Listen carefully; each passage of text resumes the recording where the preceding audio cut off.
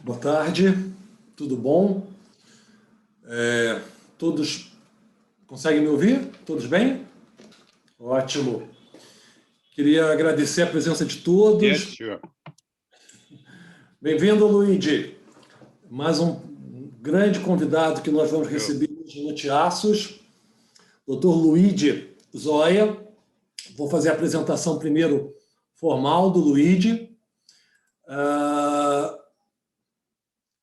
Só um minuto. Só um minutinho, desculpa.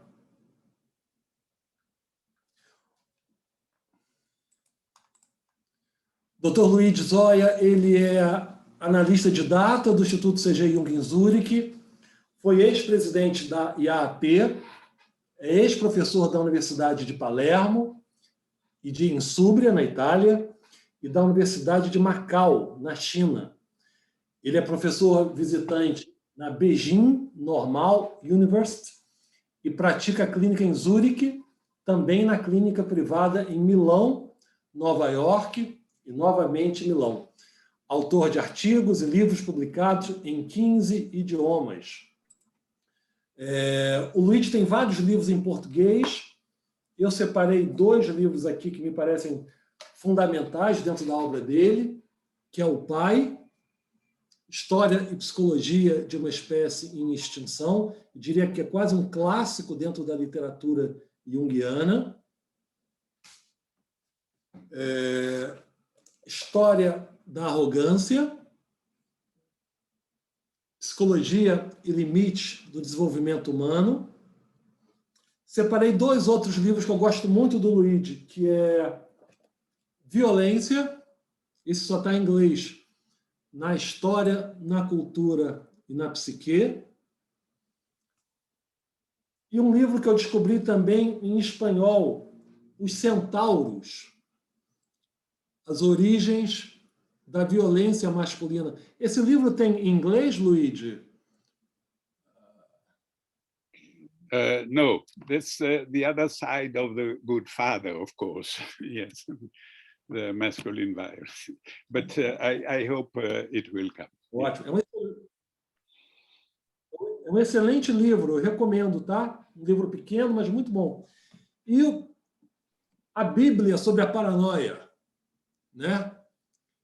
Que é um livro, a minha edição é em espanhol, eu acho que tem em inglês e acho que uma em francês também. Espero que algum dia possa ser traduzida para o português. Mas eu considero talvez um dos livros mais importantes publicados nos últimos anos dentro do campo junguiano, que nos ajuda a pensar tanto a cultura, particularmente esse momento atual que nós estamos atravessando, politicamente, culturalmente, mas também na clínica. Luigi, um prazer enorme te receber. É uma grande honra para nós do Tiaços ter você perto de nós. Por favor, se sinta à vontade. Obrigado pela tua presença.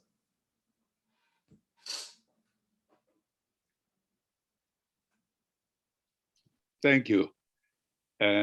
Thank you, Marcos, and thank you, Isa. And please tell me if I speak too quickly, okay? Do interrupt me. Let me start with just an anecdote on how I became interested in this topic, the paranoia. And of course, as a Jungian, I became interested in the fact that it is a how do you say, a mental problem, which is extremely interesting also on the collective side, as a disturbance of the collective sphere and the collective unconscious. As you have recalled, I have lived for a certain time in New York, actually working in New York City and living about 1 hour from Manhattan. And that was at the turn of the century. And there I watched the attack of the Twin Towers, the collapse of the, and I became interested in paranoia, not so much because I mean, my wife, who was also an analyst, was living with me there, and our colleagues of New York, but we in general knew that there were paranoid terrorists, okay? That was actually, it seems, really from another century. Al-Qaeda and Osama bin Laden. Later we had ISIS and other fundamentalist Islamic terrorism. But those were clearly quite paranoid, speaking all the time of the great Satan, the United States, the small Satan, Israel, and attacking in general the West. That's somehow no news. Fundamentalism has always existed, and actually we in my country bear the not minor responsibility of having been the first to invent a cruel dictatorship in the 20th century. What was interesting, though, from the point of view of the paranoia, was the fact that we analysts, analyzed and supposedly objective, were also becoming sort of paranoids. And, you know, rumors started going around. I wonder how rumors translates in Portuguese, but in most Western languages, it hints to rumors of voices circulating. And this is also very interestingly connected with the fact that hallucinations as mental illnesses come mostly under the form not of visual hallucination, but of voices that one hears, something that one hears, okay? Something one hears. If you have a delusion, it's usually an acoustic one. You hear attacks and things like this, but in this way. And so I started studying this. So for me, it was not the 11th September, but the 12th, 13th, and so on September, what became interesting and brought me really to analyze our situation. And I remember that probably the greatest French historian of the 20th century, Marc Bloch, had written a lot about the rumors in World War I. He was a very engaged historian, later killed by the Nazis as he was a Jew. According to Marc Bloch, once you are in a very extreme situation, like during war, of course, or extreme social unrest, you start hearing what people say and paying attention more to that than to so-called objective or better official information. And actually, Marc Bloch tells us that in the French army, proverbs were born. For instance, a proverb said, anything can be true except what is written in the official bulletin of the military. Because as you know or understand, even if you have not been in war, during war, there is a military censorship in the whole country. and you cannot publish what is not the official bulletin. And of course, in the World War I, which you might remember was a terrible war of trenches, where millions of people died in theory for the conquest of another country, but practically being stuck and moving sometimes only a few minutes ahead or 100 meters back, things like this, you know. And so in those, in that immobility of the trenches, the new proverb said, you can trust everything, but not, of course, the military communique of the army, because they are always saying, we are winning. And after years that they say every day that we are winning, and we are still dying here without moving 1 meter, that means something, you know. That means that we have an enemy not only in front of us, but also in the hierarchy, you know, just telling big lies. So that was fascinating because it applied quite well also to our situation. That was not in the newspapers or on the television, but where we lived, as I said, 1 hour commuter's train north of Manhattan, rumors started circulating saying, don't drink the water from the tap, because next to us stayed the biggest artificial lake, reservoir, in French and in English, giving fresh water to the city. And the rumor said, the terrorists will poison it. Don't drink. Days passed, weeks passed, and the only result was that you went to the mall, to the shops, and you couldn't buy mineral water anymore. That was the only difference. Everybody was buying mineral water.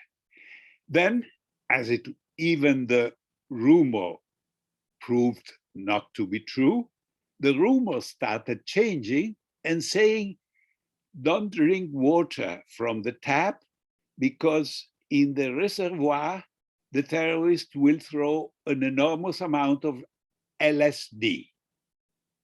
And this is quite interesting because it was also a fantasy, a paranoid fantasy.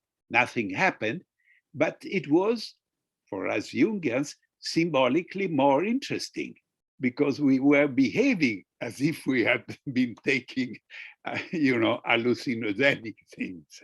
We were delusional.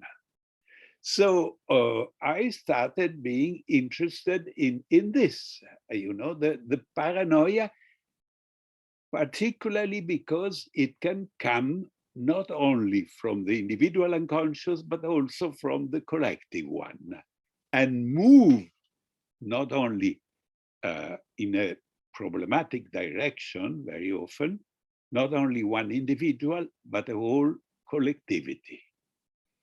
And actually, the title of the book, which you have seen, which Michael showed, the undertitle of Paranoia is The Madness Which Makes History.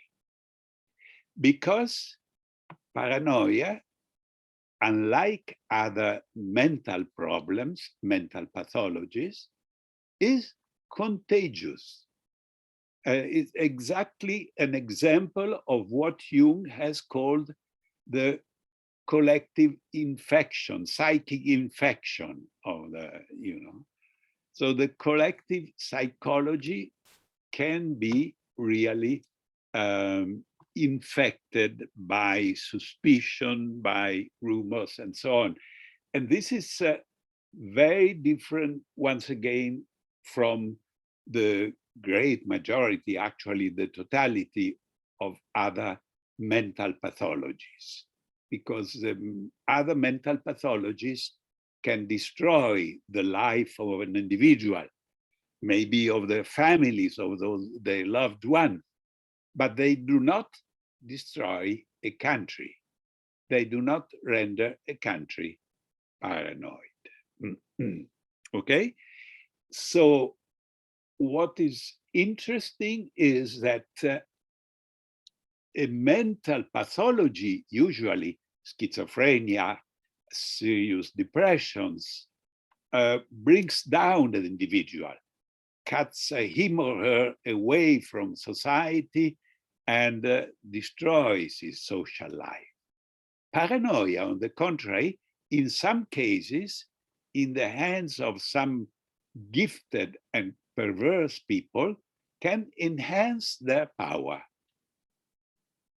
Also, successful paranoids exist, and actually they ride the paranoia to become even more successful through the simplification of their argument.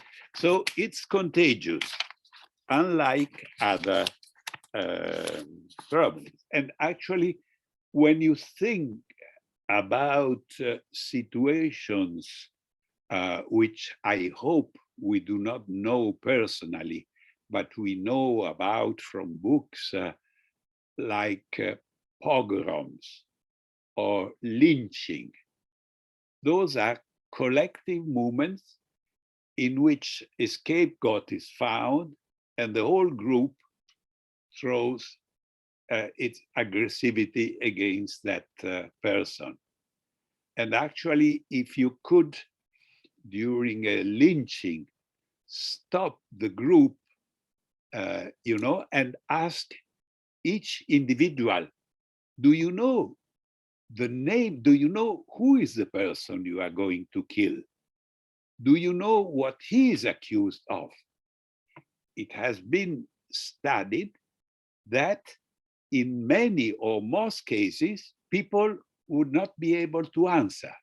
They are just possessed by a very primitive movement, which is something described, of course, by books of psychopathology, but described also by a discipline which we as analysts usually know quite well because it has much overlapping territory with psychoanalysis, particularly with Jungian analysis, that is anthropology.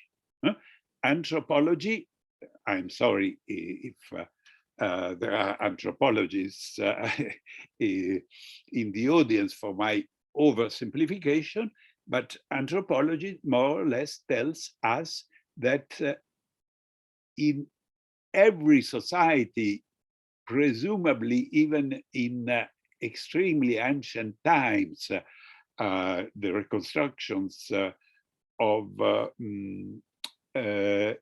oral cultures, of course, the indirect reconstruction through so-called primitive, more recent population or tribal mentality, tells us that in some archaic time, when some sort of negative event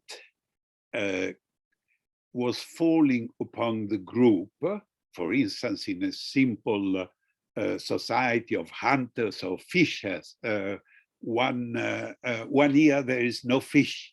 And our modern scientific mentality says, okay, let's analyze the water, no? If it is polluted. The so-called magic mentality of pre-scientific times, on the contrary, would look for the subject who has thrown black magic, a curse upon the tribe, a curse, okay? And you identify that person with some ritual, and then you sacrifice that person. And then reconstruction says probably this cruel ritual was substituted by the sacrifice of an animal, and then not even by a sacrifice of an animal, by the ritual expulsion from the tribe of an animal. and typically you do it with the goat because the goat has like the devil horns and hooves, and so the scapegoat, which is an expression which you translate more or less in all European languages. So the scapegoat ritual, and the scapegoat though is so universal that you can easily suppose it is in our, as a potential in our collective unconscious. And it is somehow easy to hint to the continuity of this potential, because not 1,000 years ago, but in the past century, not in some tribal society, but in what was considered the most cultivated country of Europe, Germany, a certain paranoid person whose name was Adolf Hitler started saying, you know, that all the plagues of Germany were due to a conspiracy of the Jews. And of course, he never provided any proof of that. What you activate is that mechanism, you know, oppositioners, leftists and Jews are organizing, you know, a conspiracy. And what you need is a splitting and projection, if I may speak in the more Jungian terms, of the shadow. Each of us has a shadow. Nobody is perfect. Each of us contains some mistakes, something, and even some evil. And it's very comfortable to project it. So paranoia is the absolute and the radical projection of this splitting of evil and project. In this sense, I think it is also particularly interesting to study paranoia as a pathology much more complex and much more meaningful than other specific forms of pathology, because it helps us to understand better history.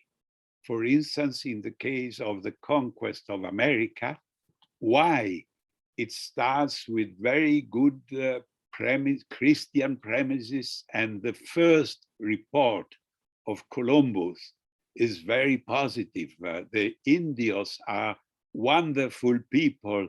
They are just waiting to become Christian and to become subjects of the kings of Spain and so on and so on. But already in the second trip, the paranoia started, and the otherness, the fact that they are others, starts playing a role, and it will play a role for centuries, and it will be connected to what has also been called a genocide, although not specifically organized genocide like the one of the 20th century. So what I mean is that it is a historical, or at least can be seen as this vision of paranoia from an archetypal point of view, splitting and projection of the shadow and perpetuation of the scapegoat ritual, as a moral problem, not only just a clinical one. And of course, only some of us, some professions are interested in the clinical problems, but we all, on the contrary, should be we are always in some moral problems, and of course we are always in some political, historical problem. So somehow, let me see the time, yes, somehow paranoia can be seen as a deformation also of a very simple instinct, the territorial instinct, which we all possess. We are animals. We are a species connected to the big apes, and similar to them. And the evolutionary reconstructions tell us that we are the same as our ancestors of the Cro-Magnon times, that is 20, 30,000 years ago.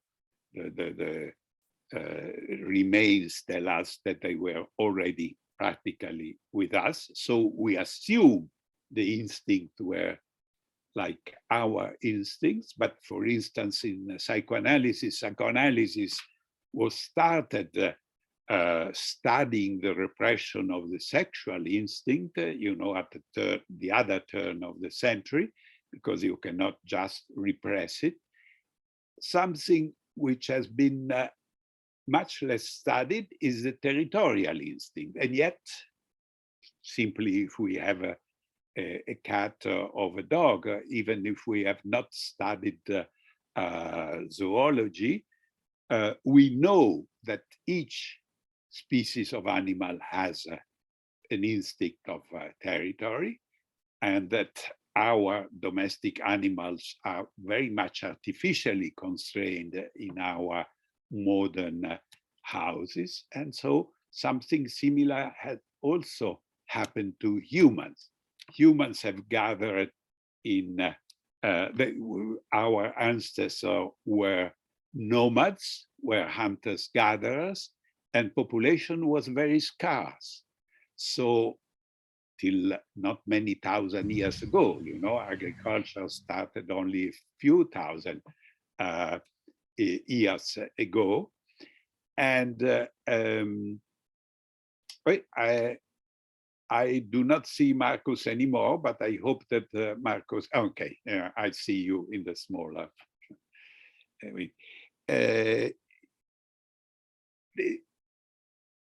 The reconstructions, evolutionary reconstruction of our nervous system and connected with our instincts says that our brain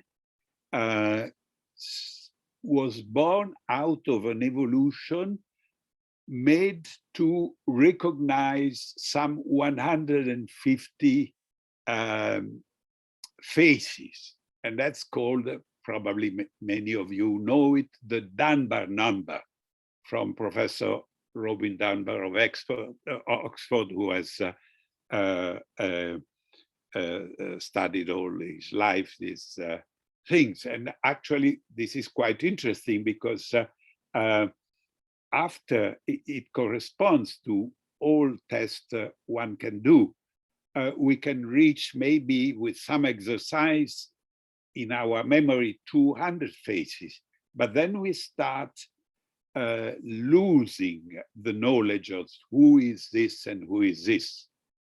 And let me recall maybe the greatest anthropologist of past century, who has studied so much Brazil, Lévi-Strauss. And I remember, as I was reading all publications of Lévi-Strauss, in several of his publications, he says, the so-called tribal societies, so-called primitive societies, tend to reach a maximum of 200, 250. 250 is the biggest group, after which they separate and they form two groups.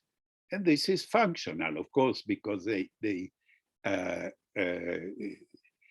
did not have writings, or they do not have writings if they still exist, and if we do not destroy them, these groups.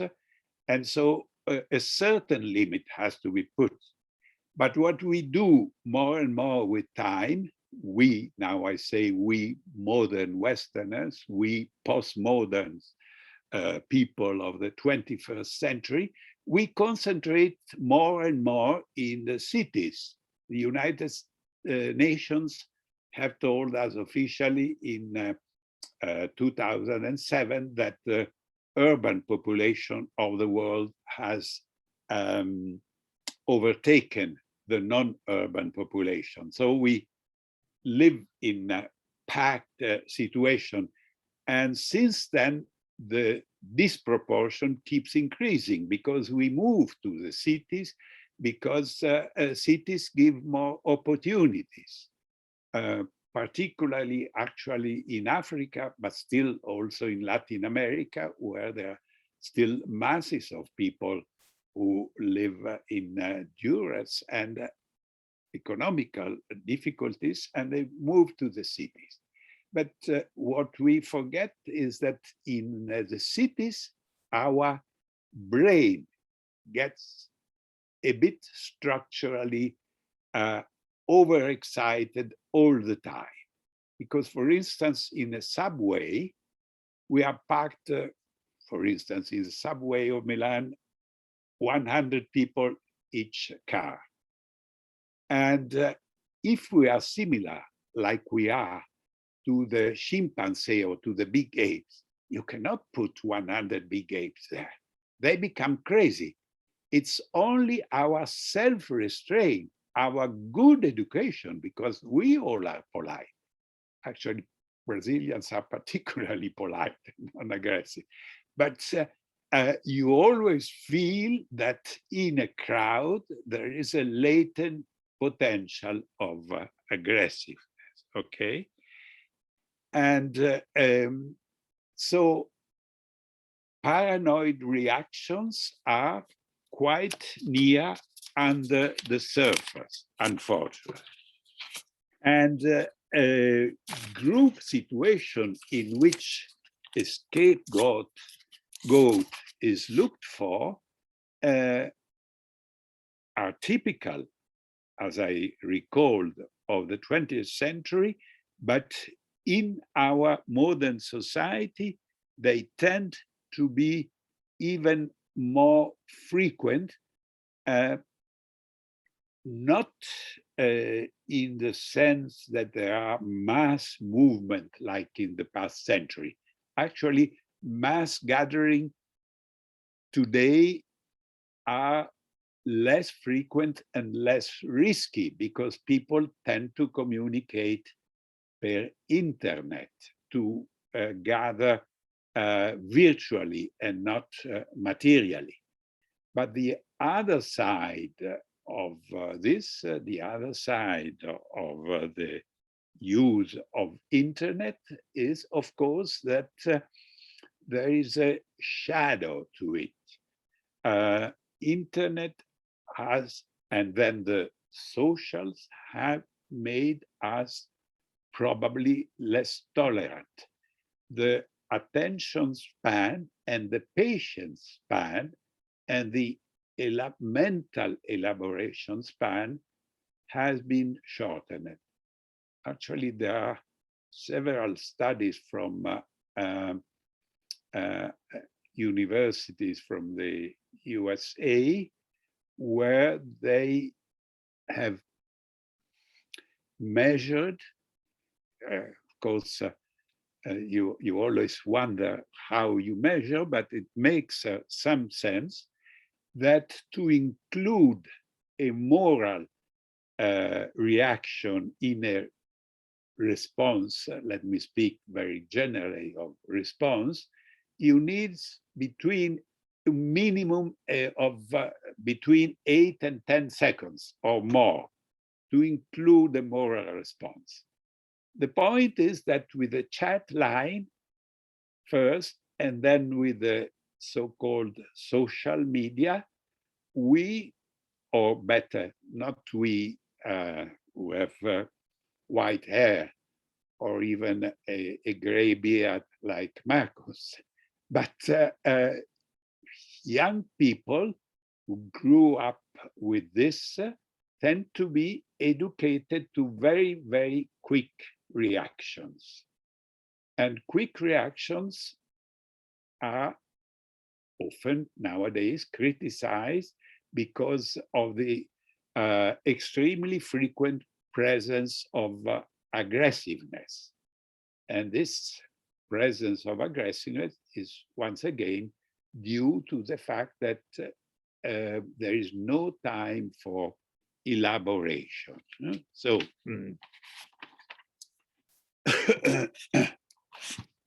splitting and projection, and therefore I am going back to what I have started with, paranoid reaction are favored by the evolution of technology.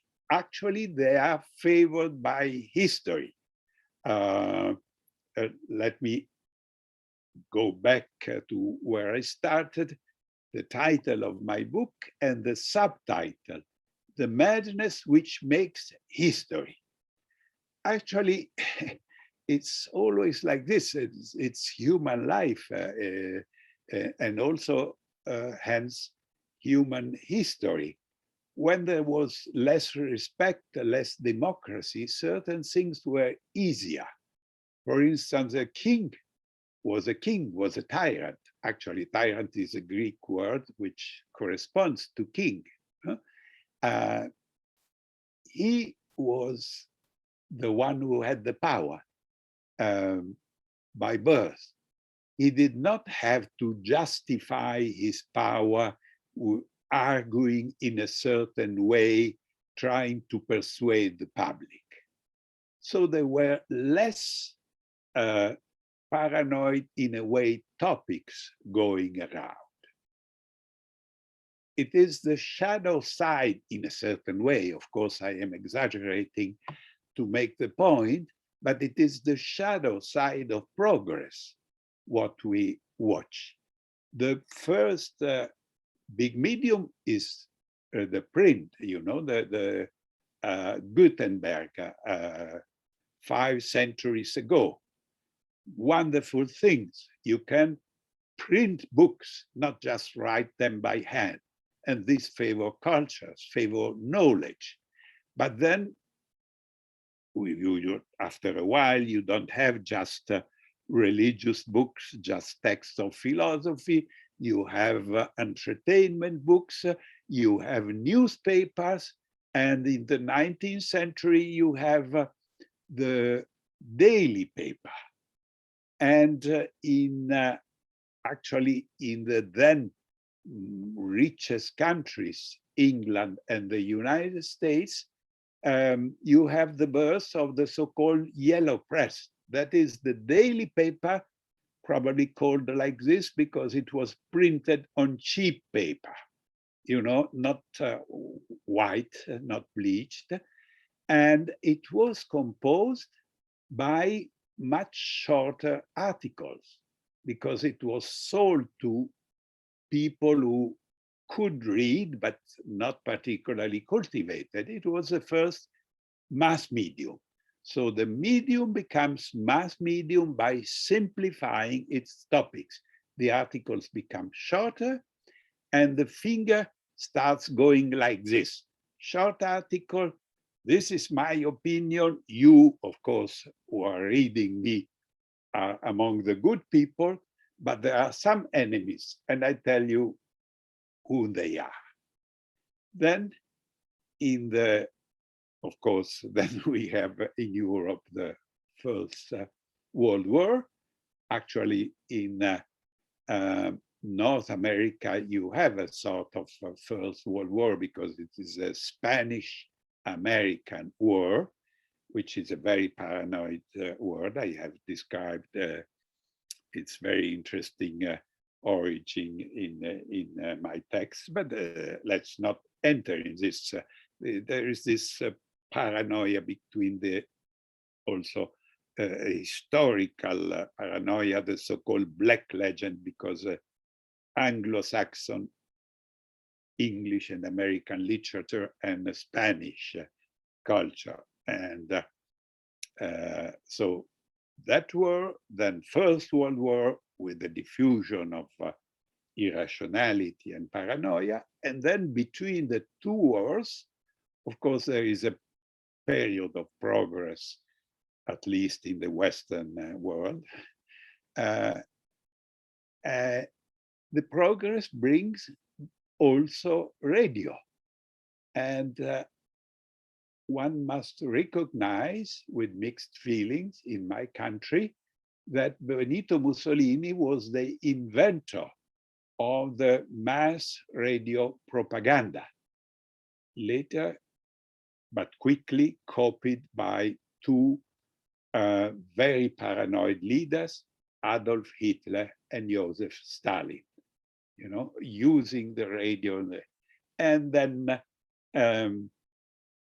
in the second half of the 20th century, these extreme polarization and the world wars are partly substituted for a while by a Cold War, which is also quite paranoid, but anyhow not so murderous.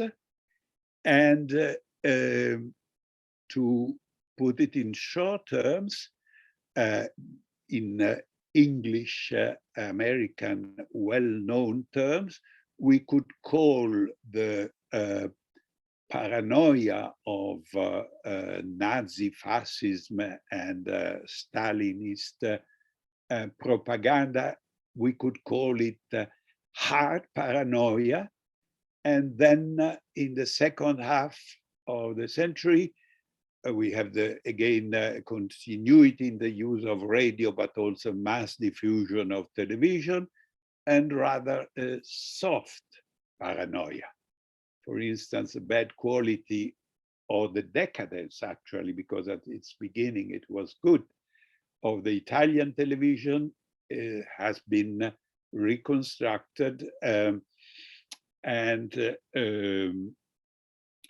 also linked to the fact that with time, somehow the television, commercial television is successful, then public television tries to copy the commercial television, and then even the newspaper copy the television, making bigger title and shorter articles.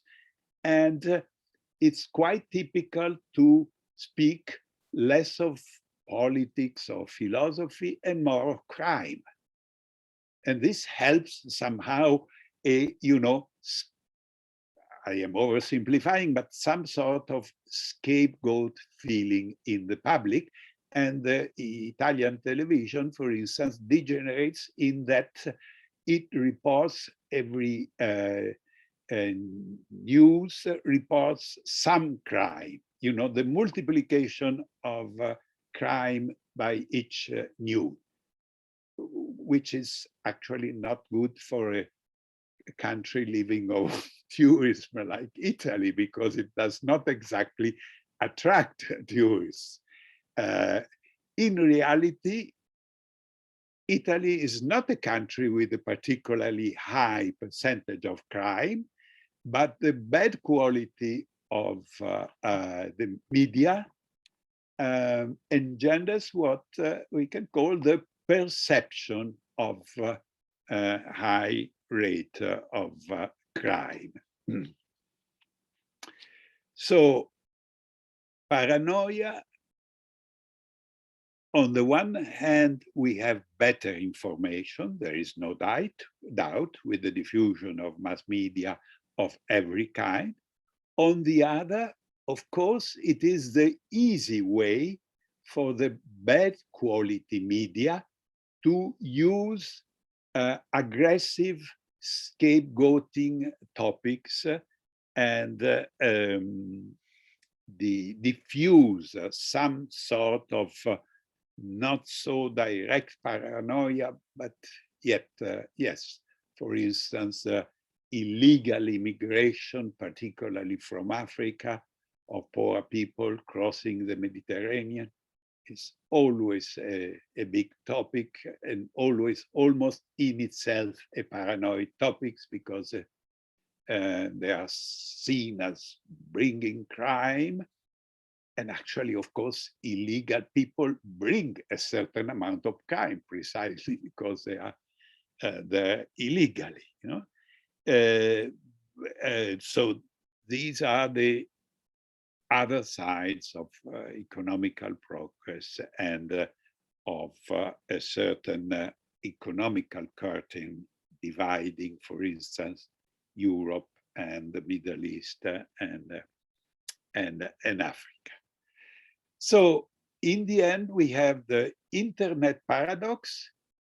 Internet grows and allows us much better knowledge, but already in the 90s, the first studies of the so-called internet paradox says that yes, through internet, our knowledge grows, but there is a paradox, but there is a corner, we shouldn't turn past a certain point, going over a certain corner, instead of seeing our knowledge grow, we see the confusion grow. And something very similar then happens once to internet the social media are added.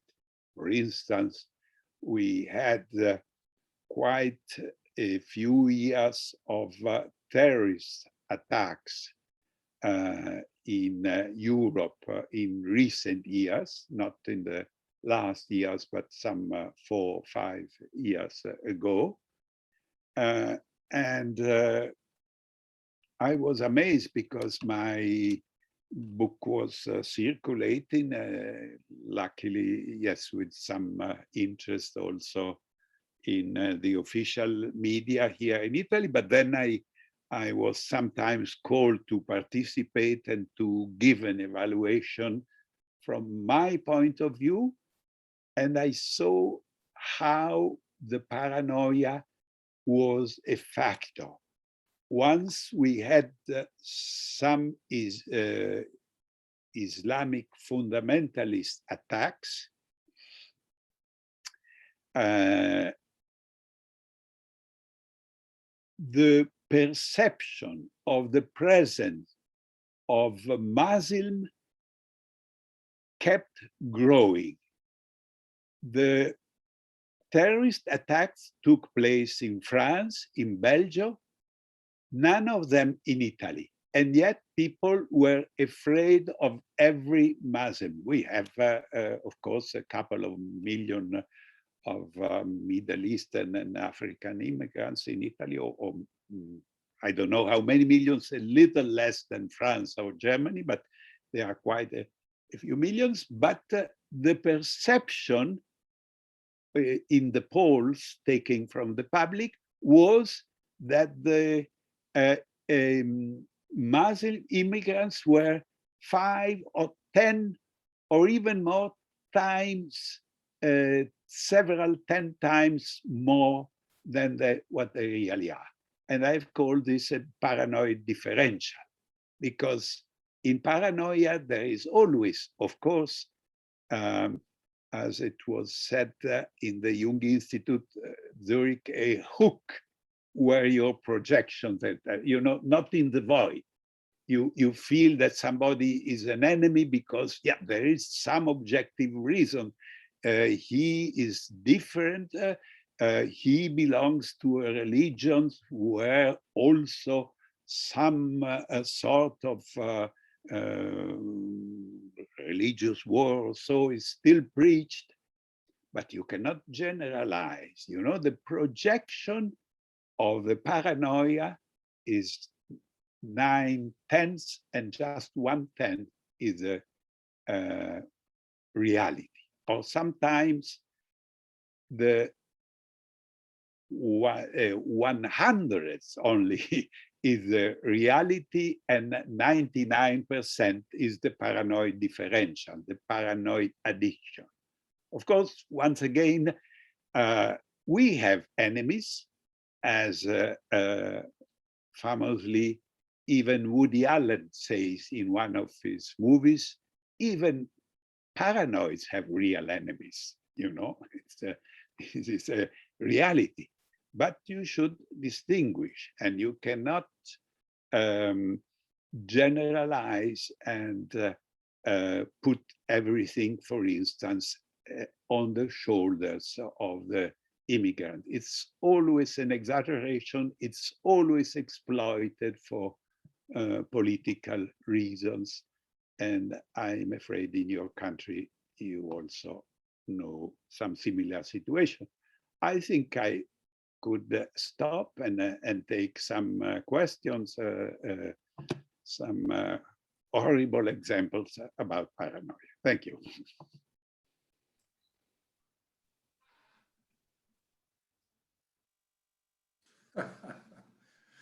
Obrigado, Luigi. Excelente sua apresentação, absolutamente atual e absolutamente pertinente com a nossa realidade brasileira, eu diria. A gente vai abrir para os debates, agora para as perguntas, seguindo sempre o protocolo do teatro. As pessoas coloquem o nome, eu chamo e as perguntas serão feitas. Luigi, queria começar com duas questões. A primeira é o seguinte: logo no começo do seu livro, na introdução, você falando de Ajax, você usa uma expressão que me parece muito curiosa: a máquina simplificadora da lógica paranoica. Uma expressão muito interessante. E aí eu te pergunto, por que essa máquina simplificadora produz tanta adesão nos outros? Se nós estamos vivendo tempos paranoicos, e a paranoia, como você falou, ela é contagiosa, o que contagia dessa máquina que é tão simplificadora? Queria te ouvir um pouco sobre isso. Por que as pessoas aderem tanto à paranoia?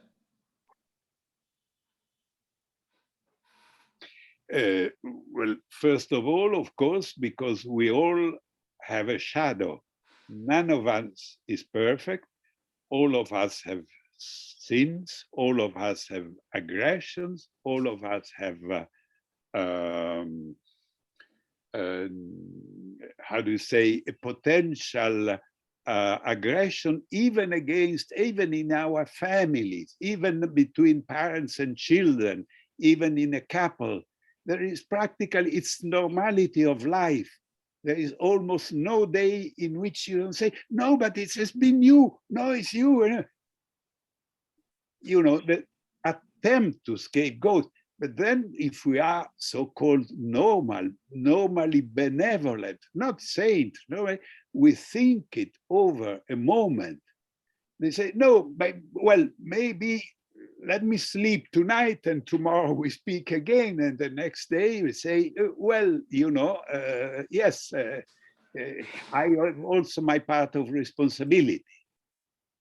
The paranoid person is by definition the person who has no insight, cannot look inside and see his or her own wrongs. And so it's a luckily quite extreme case.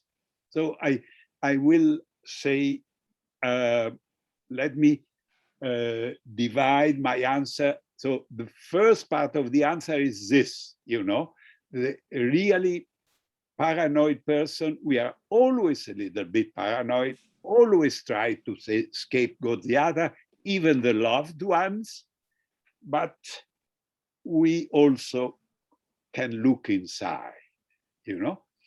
The other problems on individual terms, you know, I make you the example, parent and children, but on a collective level, that's more complicated, of course. The myth of the evil requires a personification, so it is easier to spread the paranoid ideas with some personification. And this is particularly interesting nowadays because we are still are, and you are still more in the middle or a pandemic, no? And in the pandemic, the enemy is the virus. But the virus is not a person. The virus kills 500,000 people, but he is not a person. So it's much easier to say it's somebody evil. The virus does not even exist. No, the dead, they would have died anyhow. You know, that it's this sort of legend, this sort of oversimplification, because you don't see the virus. Because, you know, it's easier to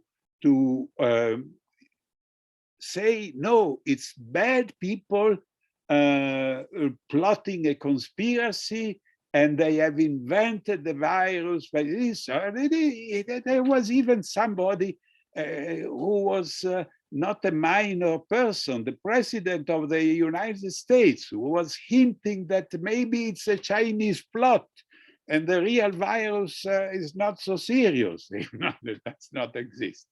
So this is quite extreme, because you look for a personification of the enemy, exactly like in the conspiracy theories of Hitler. You know, let's kill a certain population and things will go better.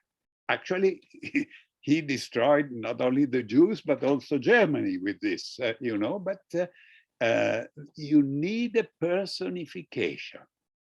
I was recalling, yes, the fact that I was invited after those attacks, particularly in France of terrorism. And at one round table, there was somebody saying, yes, since I have heard that there are terrorist attacks, I don't go out anymore. I don't go out anymore. And so I asked him, yes, because you are studying terrorism, so I assume you look at the European terrorist database. You know, there is an official database compiled by the European Union. And it said France, 200 or 300 deaths, Belgium, and so, Italy, 0. No terrorism, no, or at least no deaths yet when we were discussing that. And of course, that person, he was very surprised that there were no deaths in Italy.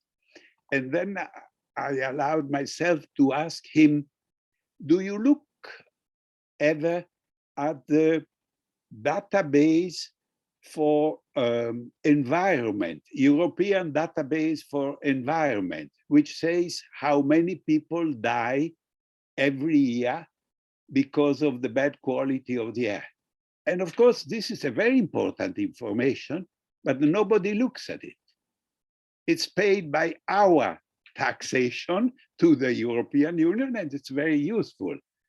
And it says we have 83,000, 84,000 dead in Italy and almost 500,000 in Europe because of the bad air quality.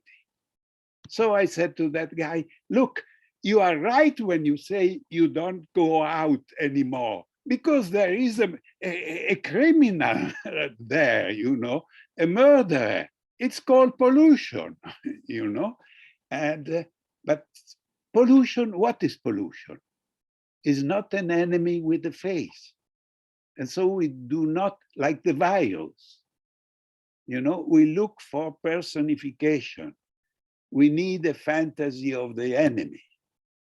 But of course, if we try to understand a little bit more deeper, we must be suspicious whenever you point the finger against the people and ask ourselves if this makes sense. This is the simplification. Perfeito, obrigado. Luigi, eu me lembrei de um livro do Umberto Eco, recém-traduzido para o português, chamado Construir um Inimigo, que me parece que ele confirma bastante essa perspectiva que você está trazendo. Yeah. Vamos lá, perguntas. Pedro, você faz, por favor? Faço em português, né, Marcos? Sim, por favor, Pedro. Isso, tá bom. Bom, primeiro, obrigado, Marcos, obrigado, Luigi, pela fala. Eu tenho uma pergunta, assim, no sentido de que, assim, já que a gente está falando de um contágio psíquico e de infecções psíquicas, né, dessa da paranoia que é contagiosa, se é possível e como é possível a gente pensar num sistema imunológico psíquico, numa imunidade psíquica, se isso é possível, se isso fica na esfera do indivíduo, se isso fica na esfera do coletivo. Queria que você falasse um pouquinho sobre isso. Obrigado. Look, this, I think the answer will be more short and simple. No, the answer is, I am afraid, no, because it's too connected with let me go back to two things. First, it's too connected with an instinct, with our bodily part. It's a fear of coming too near, too many people too near, fear of, it's our animal part, you know, and we cannot really, and secondly, because of another thing I have tried to hint shortly, basically, paranoia is, yes, a psychopathological problem, but at the same time also a moral problem. The fact that there has been history, and for instance, so many studies about the genocides, you know, and how to avoid falling back into concentration and extermination and racism and hate and things like this. But this is a moral problem. And the point is that we are born, each child is a little animal, and morality must be built individually. In this sense, I am, and I think we must remain totally Jungian and say it's a moral, educational responsibility of each individual. And we have to be patient, and each generation, not only each generation, but each baby which is born has to be educated. Because of this, of course, each baby needs the assistance of parents and not just of screens. Come on, to go back to something. We nowadays always risk leaving children and even babies too much in front of screens and not with our moral presence. To go back to something Marcus was asking me before. Screens are wonderful, they substitute a lot, but they do not substitute totally.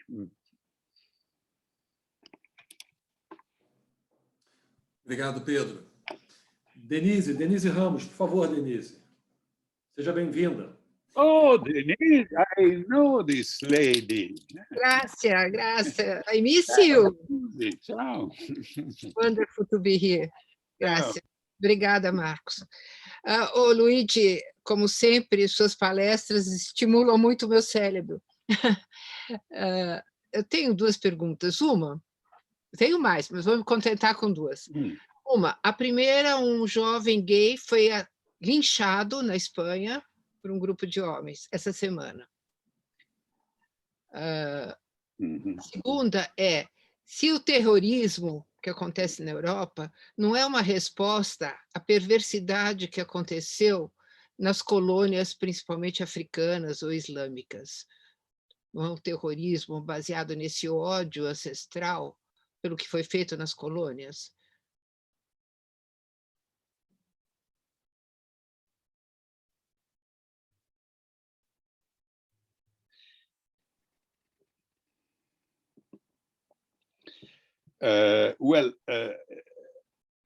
If I understood, the first is not a question, is an information. I didn't know this lynching but it's I am interested, for instance, in to ask you how large was the lynching group, and were also women or only men? Only men. Was a group, I don't know, 4 or 5. Some of them are already in prison in Spain. I think it's a kind of paranoia, because hurt a gay is not so uncommon. Yeah. Of course, one of the most classical, more Freudian interpretations, typical when I was young, is that, well, like every human being, that they have also some part of their soul, some part of their psyche, some part of their unconscious. There is a gay side, I mean, because we are by whatever, there is an hermaphroditic, at least, part in each of us. So they are simply afraid, and they try to scapegoat, to suppress that part symbolically. It's physical, but also symbolical violence, an attempt to split and project that part. Very likely, I think those things can happen, unfortunately, all over. Yes. And as far as the ancestral hate, yes, I am, as I was speaking before with Marcus, I am working on a book on Italy. And of course, something which is forgotten often is that Italy was also a minor, but also colonial, short colonial power, but it tried to make up for lost time. And in the colonial period, even of Italy, there is a lot of destruction, a lot of mass murder, linked with the humiliation. It's not just mass murder, but it's with ritual and very long humiliation. And this really has left, I have worked also with some people coming from the ex-colonies and so on. Something has been left there, particularly for the fact that, for instance, my country, Italy, has not been a major colonial power, so not a major destructive power. So what distinguishes Italy is not the amount of destruction, but the fact that there is no attempt to come to terms with that and to amend. It is well known that some historians have traced a cultural link between the Nazi genocide and the racist genocidal politics and the genocides of the Herero and Noma in Southwest Africa in 1903, 1904, which has been recognized as the first genocide of the century and a colonial genocide.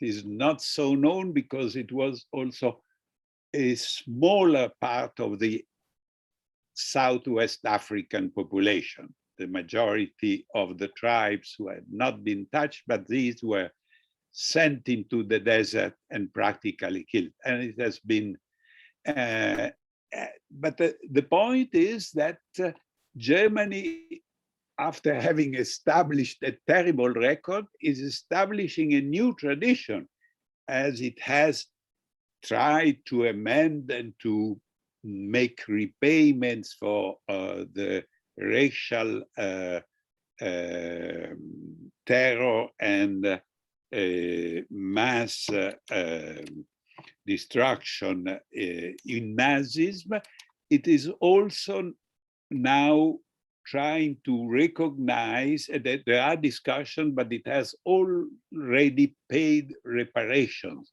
for that extermination of more than 100 years ago.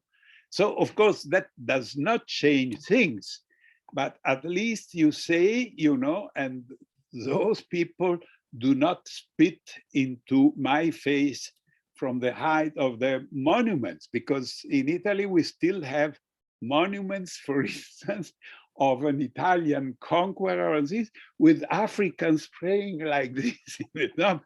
And I think that, okay, you don't remake history destroying monuments, but at least what is written down there should be changed and contextualized, if not totally destroyed. And there is not enough interest. And this, of course, yes, I have seen even in some patients, leaves very, very long scars. That's it. Thank you. Thank you.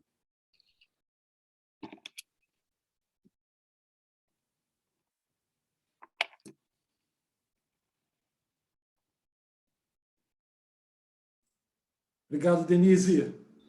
Wagner, Vaz, contigo. Bom, boa tarde, professor Luigi, prazer conhecê-lo. Por definição, né, a paranoia, né, ela aponta para um delírio sistemático, né, por definição, né?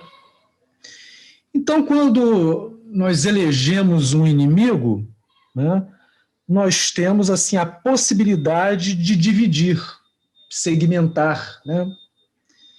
Então, eu perguntaria, né, realmente, de fato, né, há na paranoia alguma coisa sombria realmente. Mas eu pergunto, será que nós podemos pensar na paranoia como algo intencional, consciente, para construir um projeto de poder? Em outras palavras, ao que serviria a construção de um delírio? Ao que serviria a construção de uma narrativa delirante? Obrigado.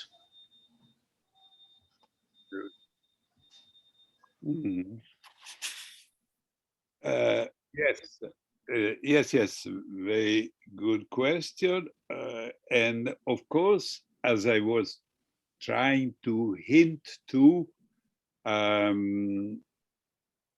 with the little joke of Woody Allen, there is always some overlapping, and there is always some objective hook. That was an expression of Frau von Franz, who was teaching the rudiments of Jungian psychology when I came to Zurich more than half a century ago. The hook. And to have a projection, you need also a hook. That is not born in a void. So let's say, for instance, very clearly, for instance, in the economical,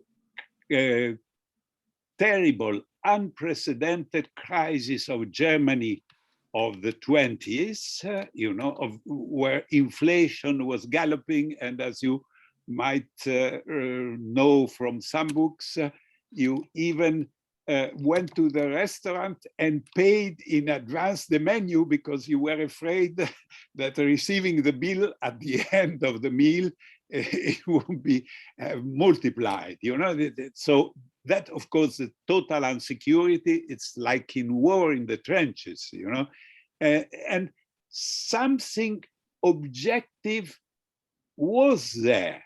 For instance, the Jews were 1% of the German population, but the banks owned by Jewish families were more than that. Okay, in certain professions, the Jews were, it's well known, the Jews were very cultivated. In the Vienna of Hitler, half of the lawyers and almost half of the doctors were Jews.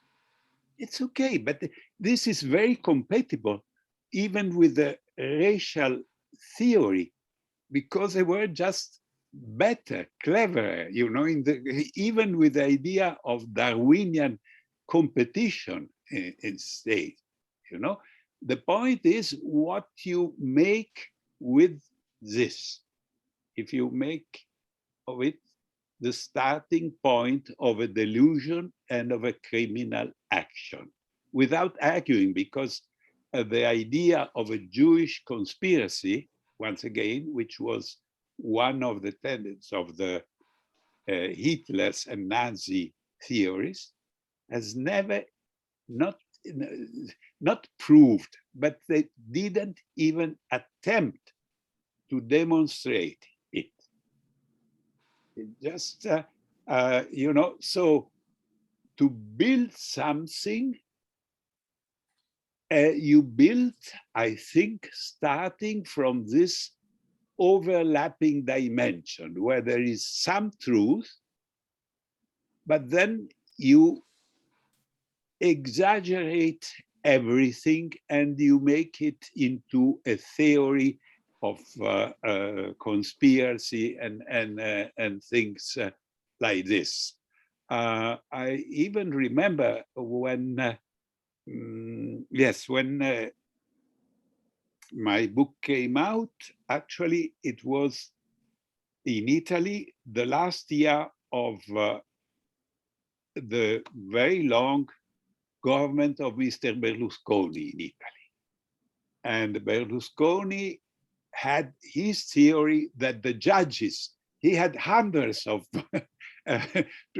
court cases, you know, and he had hundreds of lawyers, he could afford it. It went on like this. But anyhow, his theory was that the judges were communist and they were after him out of envy and things like this. I don't know. Of course, there might be some truth.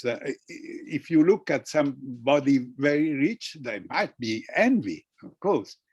But I remember I was invited in a television presentation of the book, and the presenter was a rather known leftist intellectual, asked me, he said, we're not going to speak of politics, but then he showed a talk of Berlusconi speaking about the judges, and then asked me, but what do you think? And no, does this man believe in what he says? That is he paranoid, you know, or he's using a trick? And frankly, of course, I said that as an analyst, you can only judge cases which you meet in person, not like this. But I said history is full of cases in which you start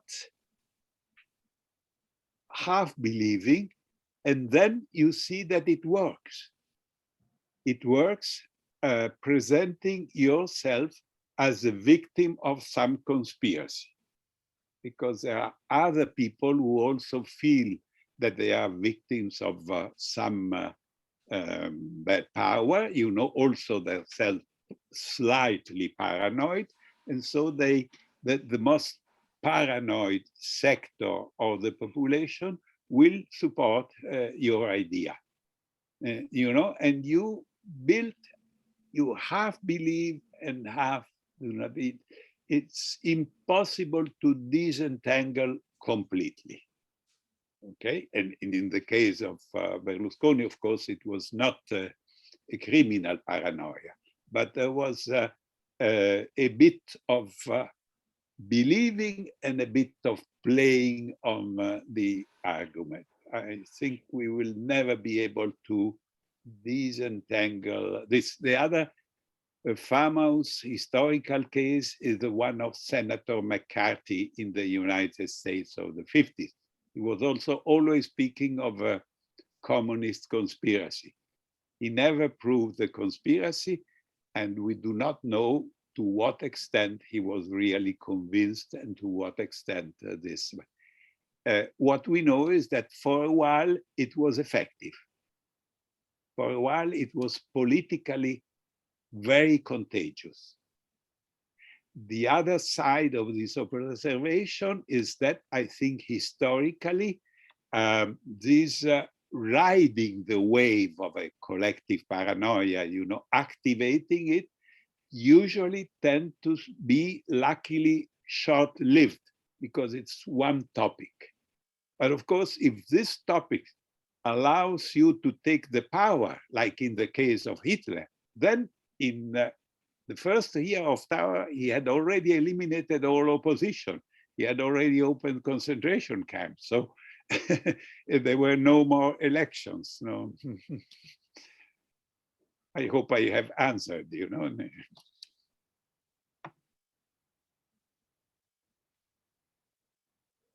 Obrigado, Wagner.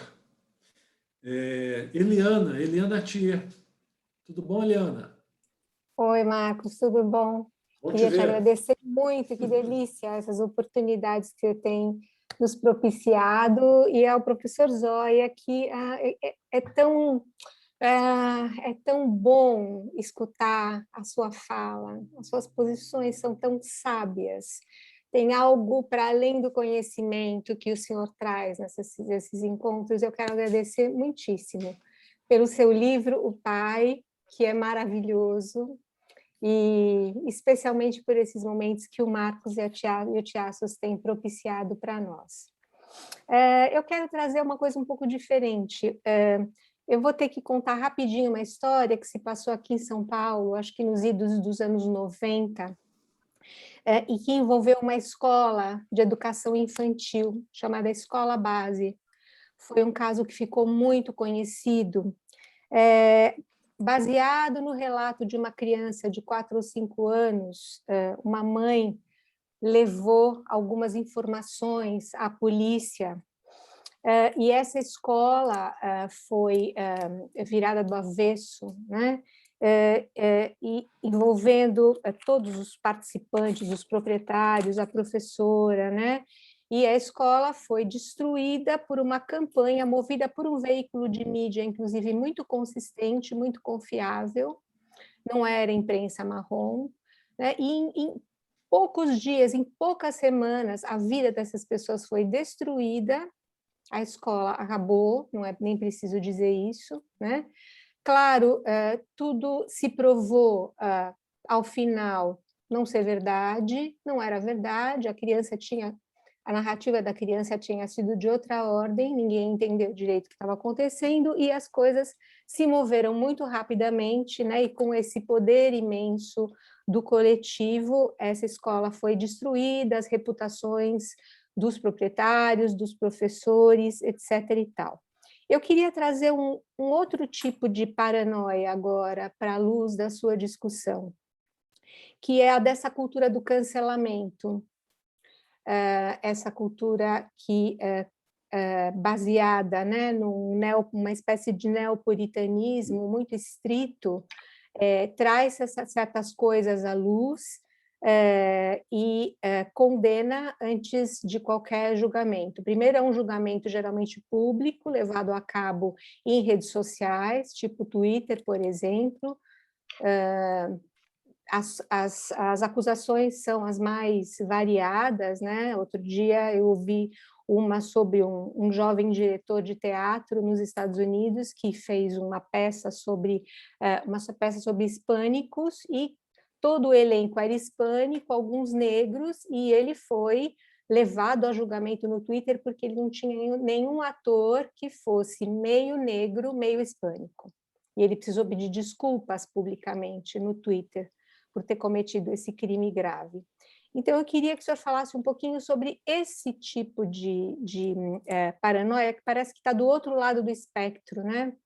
um excesso de pureza, um excesso de uma coisa meio zelote mesmo, um zelo extremo, e uma outra modalidade de moral que também se espalha, que nem um rastilho de pólvora, e que tem destruído carreiras, obviamente que as pessoas, os culpados existem, né, e geralmente vão a julgamento e são condenados, mas carreiras têm sido destruídas, atores, o Woody Allen é um deles, né, muito polêmica a situação dele, mas eu queria saber se isso envolve também esse tipo de paranoia de que nós estávamos falando há pouco, porque nós temos um caso aqui no Brasil que está tão óbvio, explícito, né, e a gente tende a ir para o mainstream, né, a falar, mas eu fico pensando nesse mundinho do Twitter e na capacidade imensa que essa paranoia tem de se disseminar rapidamente por essas redes sociais e destruir reputações, destruir carreiras.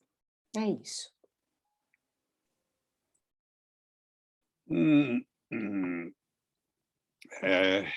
Well, in my book, I didn't examine all these modern recent things for a simple reason. If you see that my book was already almost 500 pages, and I stopped because no publisher would take it if it becomes 700 or 800, very simply. So I stopped, but in the debates, in the discussions, of course, I face all the time this, and unfortunately, the pandemic has offered an incredible topic precisely because it's a crisis. Everybody is afraid, and everybody is asked to lock himself at home. But this already how to say, increases this phenomenon of withdrawal of the new generations, you know, who are already afraid. Very often the most sensitive are afraid, as we know, it's called in English, I think, withdrawal syndrome. And I don't know in Portuguese, in Spanish, the síndrome de retiro. So also in most languages like this.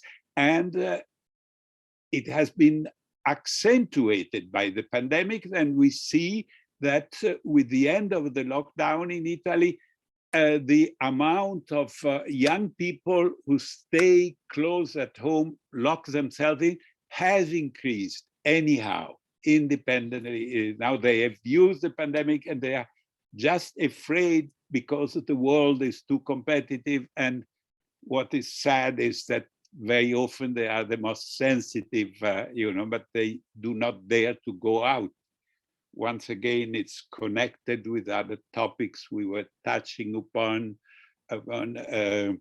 with the other smaller book I have written on masculine violence, with the competitiveness, the masculine pack, you know, those who do not adapt. A big slice of younger people who are more introvert, to put it in Jungian terms, now they have exploited the occasion and then they stay at home. But anyhow, this, of course, is linked, as you were hinting, with a lot of other phenomena. For instance, I read recently a very good article in Die Zeit, the German weekly, which was reconstructing historically the fact that we often forget that already in the 19th century, of course, there were pandemics and actually there were vaccinations. But it was one of the big novelties of the century. But there was already a big slice of the population who was no-vax, because it was for the purity of nature. It was saying, this is part of nature, let's which of course makes also certain sense, you know, our immunitarian system, our natural defenses to work, do not introduce new elements, okay? Which of course flowed in the German-speaking culture, also in the alternative medicine of Rudolf Steiner and others, culturally interesting phenomena. But the mainstream of this went into the 20th century racist theories, saying that you should not touch nature, introducing new elements, and so making a parallel, for instance, that Europe is Aryan and you should not have Semitic population. The historical link was quite impressive because many groups ended up into what was then the naturist but also violent racist movement in Germany. And one last remark to your question. There is a famous little poem of Voltaire, the French philosopher, which is about slander, calumnia, no? Slander, and ends up saying, if you keep slandering, something will remain. Slander will infect the mind. So it starts already in, I don't know, 1700 and something, in one of those writings of Voltaire, this psychological intuition about mass mental infection. Thank you. Obrigado, Eliana. Hugo Moraes, contigo, Hugo. Olá, pessoal. Primeiramente, gostaria de agradecer ao professor por uma palestra excelente, né? E a minha pergunta, mais ou menos assim, né? Se a paranoia pode ser sinônimo, assim, de uma espécie de desconfiança, né? E se gera também uma instabilidade, assim, uma fragmentação nas instituições em geral, né? Como que um indivíduo, né, que o senhor disse, né, que o que pode salvar é a moral, né, algo de uma ordem moral, como que ele pode, de certa forma, encontrar recursos para se salvar dessa paranoia, se salvar desse contágio coletivo?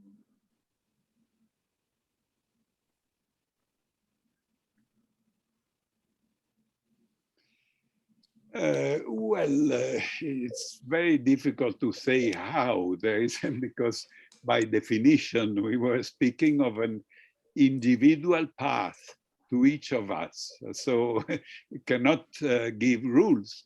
But luckily, it was possible because after we see, after World War II, in 1945, both Italy and Germany emerged from dictatorship, more quickly Italy, because we didn't take actually dictatorship so seriously, like we are able to make jokes, a lot of jokes.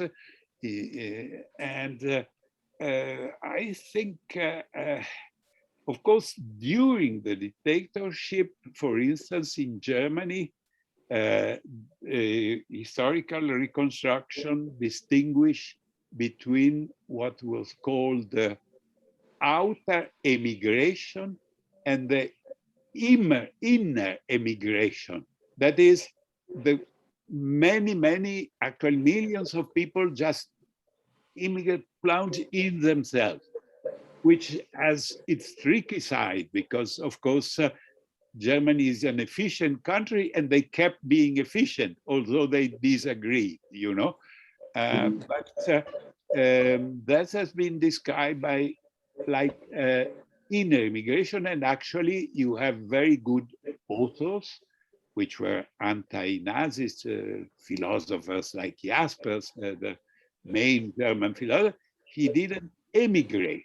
he kept writing, and he managed actually to keep a balance and not to fall prey of the paranoia. Of course, I am not giving a real example because you cannot ask everybody to be Karl Jasper with his knowledge, but you know.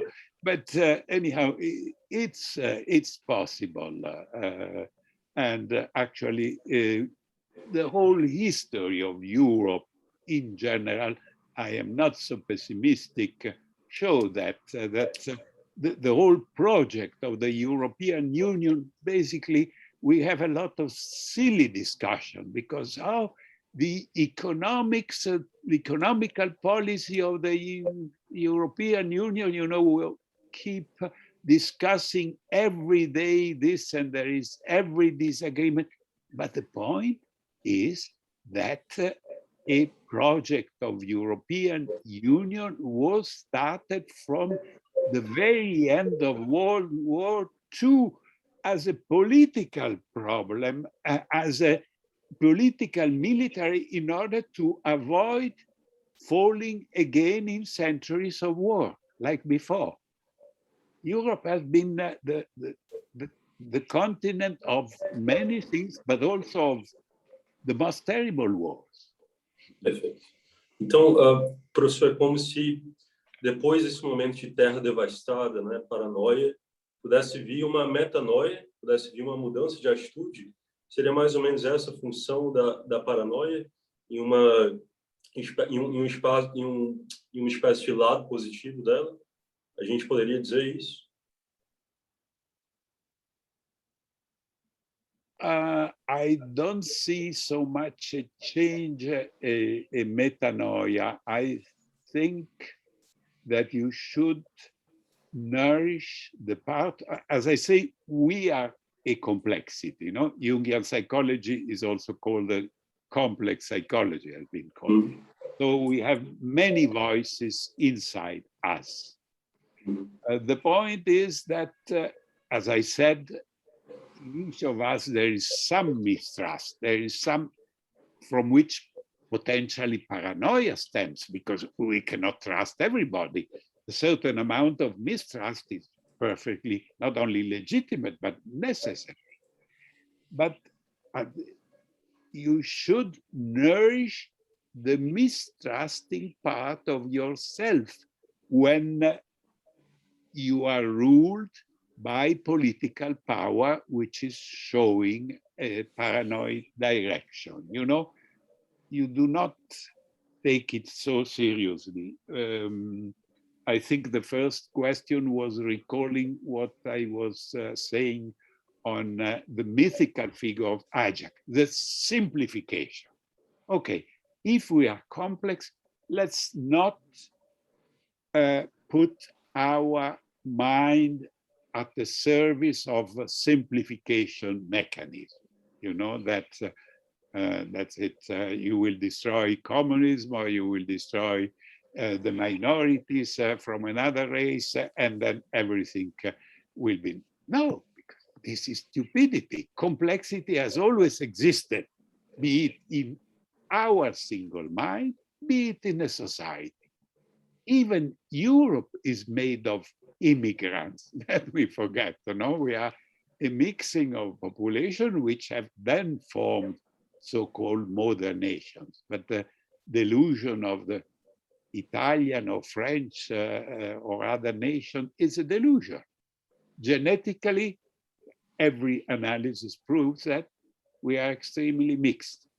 Okay, let's use this metaphor.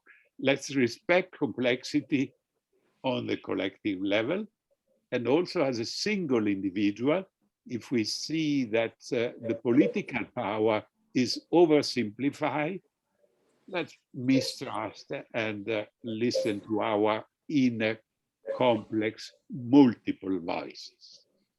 Perfect. Thank you very much. I think it makes some sense even for you. Makes a lot of sense. Yes.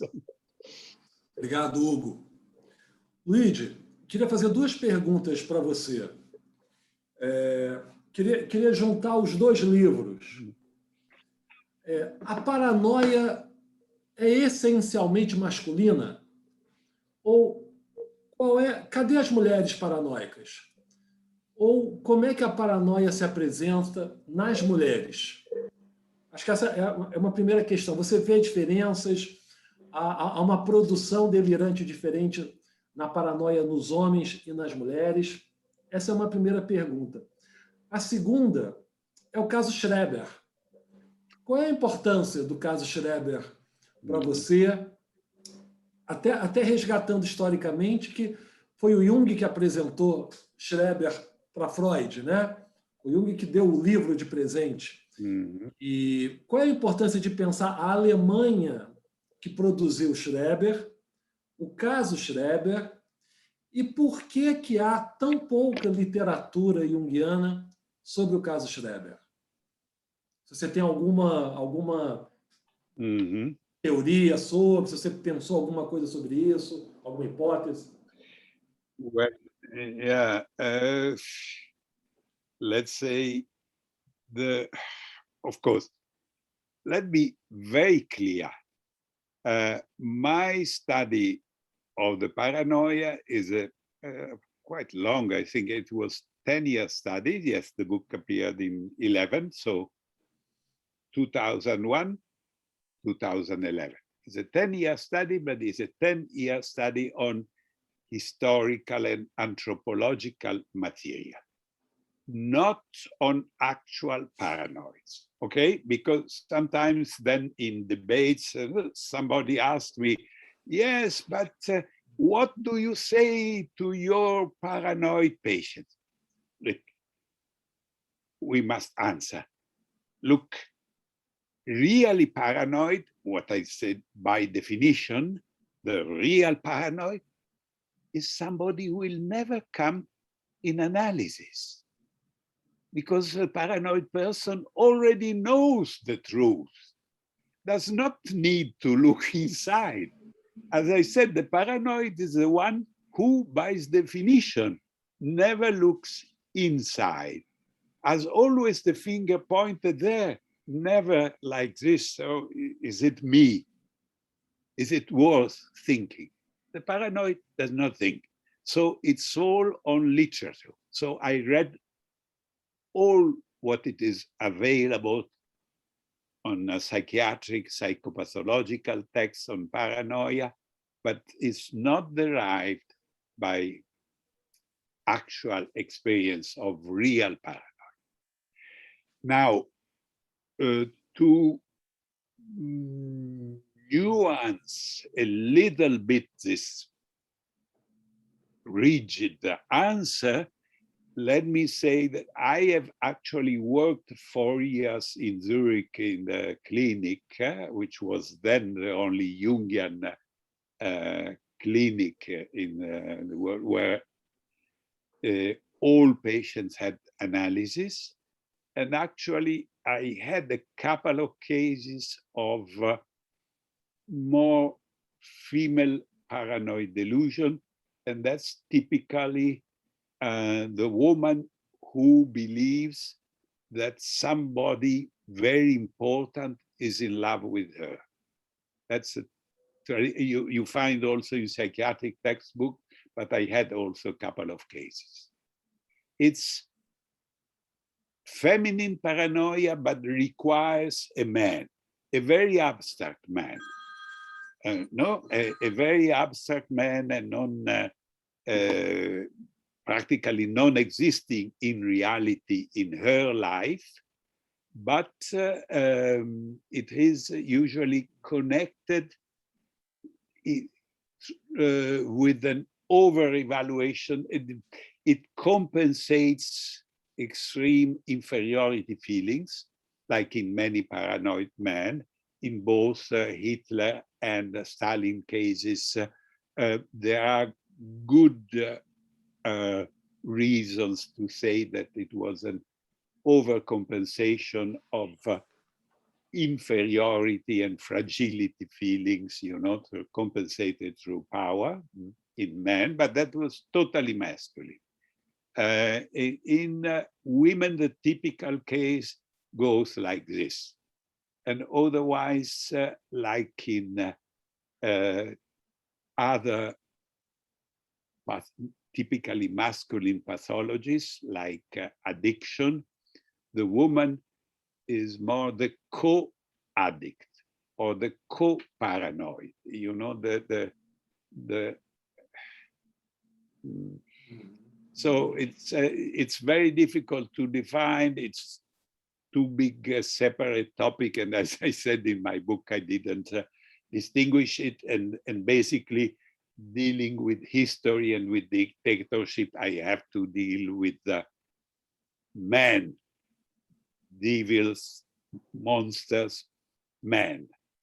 These women, of course, were paranoids, but not destructive. Of course, it's another thing.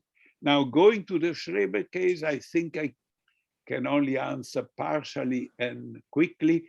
Of course, for my book, I read or reread, I don't remember, the case and so on. And it sounded to me a bit dated. And more precisely, it was probably the product also of an extremely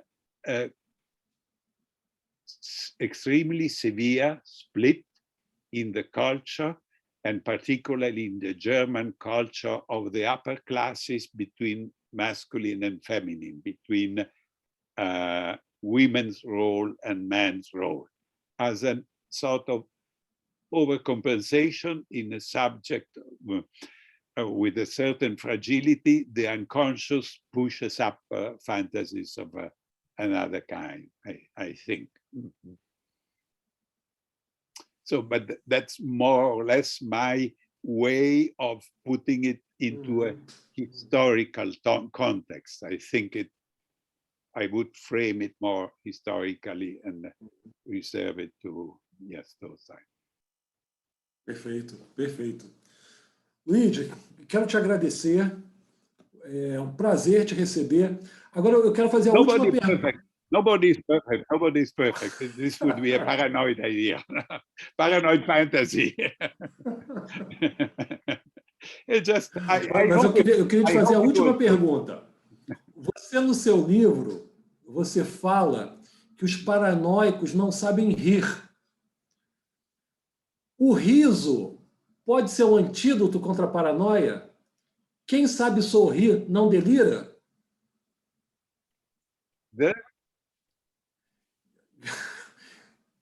Quem sabe sorrir? Sure. A risada é um antídoto contra a paranoia? Yeah. It's an antidote, and it's more in general, it's a very good auxiliary of analysis, of psychological examination.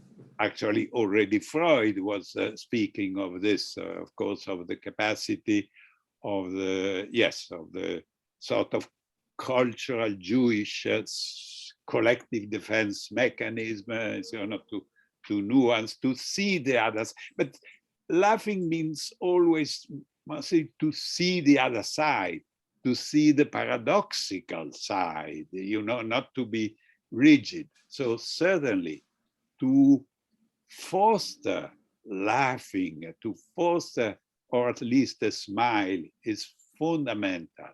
Yes, it's fundamental, yes.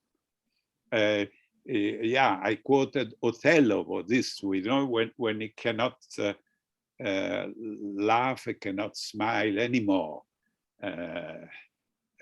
Shakespeare says in his Othello, and then he becomes paranoid, and then he falls prey of his jealousy, paranoid jealousy.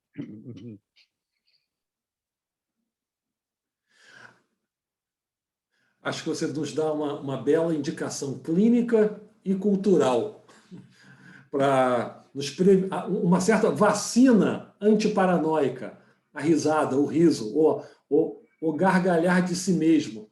Pode funcionar como uma espécie de vacina antiparanoica. Luigi, obrigado pela tua presença.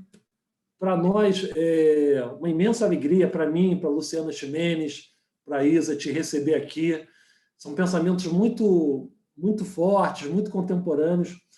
Nós vivemos aqui no Brasil um certo momento paranoico na política, que a gente espera que se dissolva o mais rapidamente possível.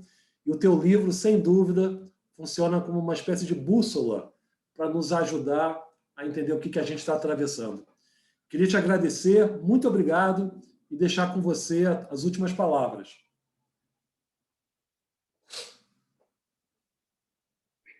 Well, I will be happy. Well, next year, I hope, if health and everything and the pandemic and the gods allow, I will go to Buenos Aires to the Congress, and that might be also an occasion to, to travel to near my country. So we might meet. And let me say anyhow that, yes, I've been traveling quite a few times to Brazil, and I have quite a few friends.